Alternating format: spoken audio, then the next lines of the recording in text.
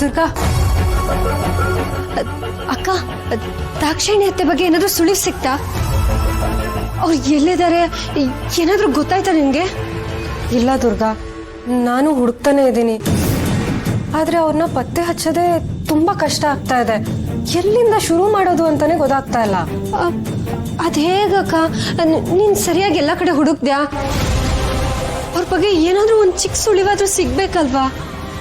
ಇಲ್ಲ ದುರ್ಗಾ, ನಾನು ಆ ಹಳೆ ಬಾವಿ ಹತ್ರ ಹೋಗಿನೂ ನೋಡಿದೆ, ಆದರೆ ಅವ್ರು ಅಲ್ಲೂ ಇಲ್ಲ.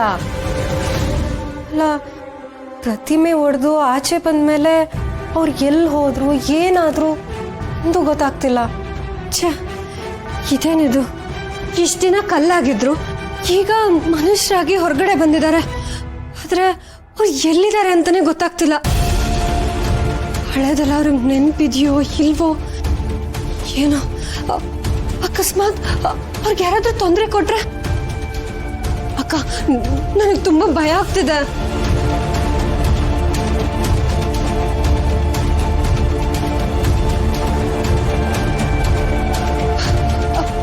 ಅಕ್ಕ, ಒಂದ್ ನಿಮಿಷ. ದಾಕ್ಷಾಯಿಣಿ ಅತ್ತೆನ ಆ ಹಳೆ ಬಾವಿಲಿ ಕಲ್ಲಾಗಿಟ್ಟಿದ್ರಲ್ಲ, ಅವರೇ ಯಾಕೆ ಈಗ ದಾಕ್ಷಾಯಿಣಿ ಅತ್ತೆನ ಮತ್ತೆ ಕರ್ಕೊಂಡೋಗಿ ಬೇರೆ ಕಡೆ ಇಟ್ಟಿರ್ಬೋದು? ಅಷ್ಟಕ್ಕೂ ಈ ದಾಕ್ಷಾಯಿಣಿ ಅತ್ತೆನ ಅದರ ಬಾವಿಲಿ ಕಲ್ಲಾಗಿ ಯಾರು ಇಟ್ಟಿರ್ತಾರೆ? ಅವ್ರ ಬಗ್ಗೆ ನಿಂಗೆ ಏನಾದ್ರೂ ಗೊತ್ತಿದ್ಯಾ ಅಕ್ಕ?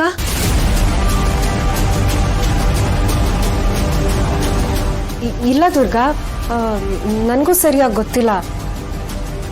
ಅದೇ ಪ್ರಶ್ನೆ ನನ್ನೂ ಕಾಡ್ತಿರೋದು. ಯಾರೋ ದುಷ್ಟ್ರೇ ಈ ಕೆಲಸನ ಮಾಡಿರ್ತಾರೆ, ಆದರೆ ಅದು ಯಾರು ಅಂತ ನನಗೂ ಗೊತ್ತಿಲ್ಲ.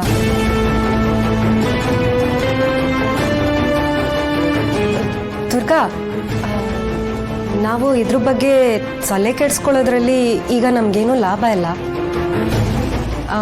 ನಾವೊಂದು ಕೆಲಸ ಮಾಡೋಣ, ಅಪ್ಪನ ಹತ್ರ ಹೋಗಿ ಇದ್ರ ಬಗ್ಗೆ ಕೇಳೋಣ. ಅವ್ರಿಗೆ ಹೇಗಿದ್ರು ದೈವಿಕ ಶಕ್ತಿಗಳ ಪರಿಚಯ ಇದೆ ಅಲ್ವಾ?